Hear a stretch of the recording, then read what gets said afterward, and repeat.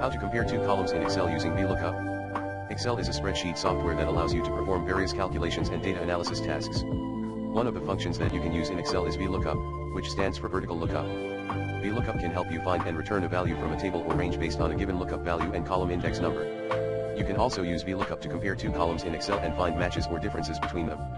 To compare two columns in Excel using VLOOKUP, you can follow these steps. Arrange your data in two columns that you want to compare. For example, you can have column A and column B as shown below. In a new column, enter the VLOOKUP formula using the syntax, equals VLOOKUP, lookup underscore value, table underscore array, col underscore index underscore number, range underscore lookup. For example, you can enter this formula in cell C2, equals VLOOKUP, A2BB1 false. In the formula, lookup underscore value is the value that you want to search for in the other column.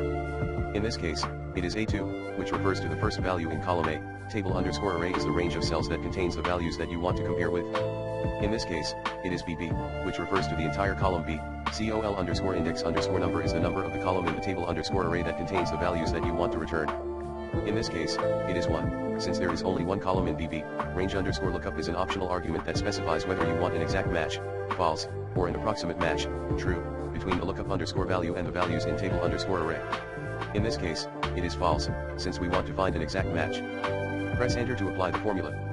The formula will return the value from column B that matches the value in A2. If there is no match, it will return an #n/a error. Copy and paste the formula down to the other cells in column C. You can do this by dragging the fill handle, a small square at the bottom right corner of the cell, or by using Ctrl+C and Ctrl+V shortcuts.